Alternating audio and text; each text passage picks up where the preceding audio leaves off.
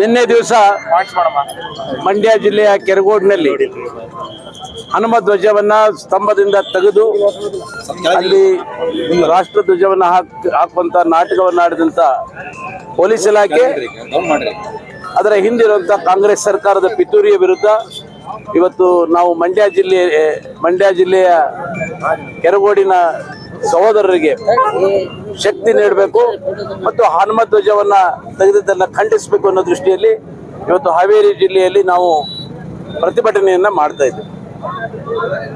ಇದೊಂದು ಬಹಳ ಹೇಯ ಕೃತ್ಯ. ಇದು ಅಲ್ಲಿ ಗ್ರಾಮ ಪಂಚಾಯತ್ಗೆಯಿಂದ ಅವರು ಆದೇಶವನ್ನ ಪಡ್ಕೊಂಡಿದ್ದಾರೆ, ಧ್ವಜಸ್ತಂಭವನ್ನ ನಿರ್ಮಾಣ ಮಾಡಿದ್ದಾರೆ.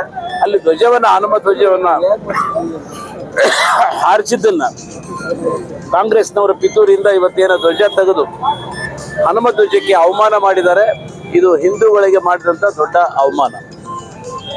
ಹೋಗಿ ಕಾಂಗ್ರೆಸ್ನವರು ಮಂಡ್ಯದ ಹನುಮಪ್ಪನ ಕೆಣಕಿದ್ದಾರೆ.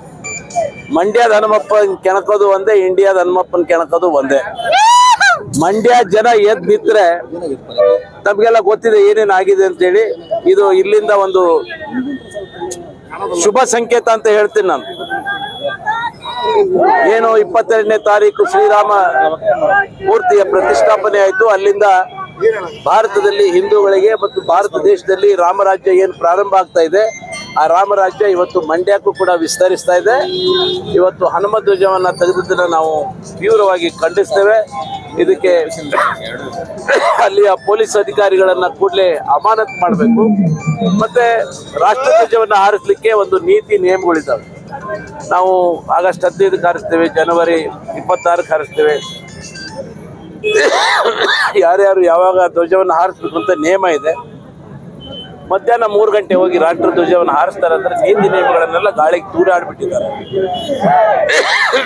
ಆದ್ರಿಂದ ಈ ಘಟನೆಯನ್ನ ಖಂಡಿಸಿ ನಾವು ಉಗ್ರವಾದಂತ ಒಂದು ಪ್ರತಿಭಟನೆಯನ್ನು ಮಾಡಿದ್ದೇವೆ.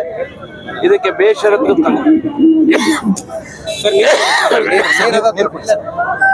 ಕೇಳದೆ ಹೋದ್ರೆ ರಾಜ್ಯಾದ್ಯಂತ ಇನ್ನೂ ಉಗ್ರವಾದಂತ ಪ್ರತಿಭಟನೆಯನ್ನ ಮಾಡ್ತೀವಿ.